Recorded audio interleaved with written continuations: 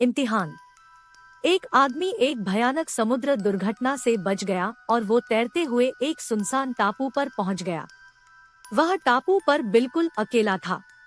वो बहुत रोया। उसने भगवान से शिकायत की, अगर मुझे ऐसे ही सुनसान टापू पर भेजना था तो मुझे बचाया ही क्यों, उसी जहाज में मार देते तो अच्छा रहता। खैर, अब वो अपनी जिंदगी बचाने के लिए संघर्ष करने लगा। उसने जैसे तैसे अपने रहने के लिए एक घास की झोपड़ी बनाई। वो हर दिन ईश्वर से प्रार्थना करता कि उसे यहाँ से जल्दी बचा ले और घर पहुँचा दे।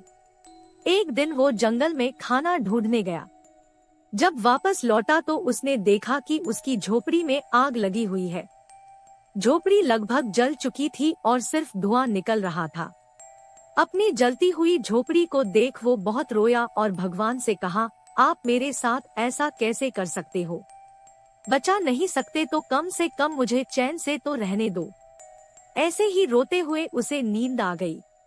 जब आँख खुली तो देखा कि एक जहाज उस टापू के किनारे लगा है और कुछ लोग उसकी तरफ आ रहे हैं। उसने लोगों से पूछा कि आप लोग यहाँ कैसे पहुँचे? तो उन लोगों में से एक आदमी ने कहा कि हम यहाँ से गुजर रहे थे तो हमने इस टापू से धुआं उठता देखा तो सोचा कि शायद वहाँ कोई इंसान मुसीबत में है, इसलिए हम यहाँ मदद के लिए आए हैं। उस आदमी ने फौरन भगवान का शुक्र अदा किया और उन लोगों के साथ जहाज में बैठकर वापस अपने घर पहुँचा। दोस्तों, हमारी जिंदगी में भी कई बार ऐसे इम्तिहान होते हैं।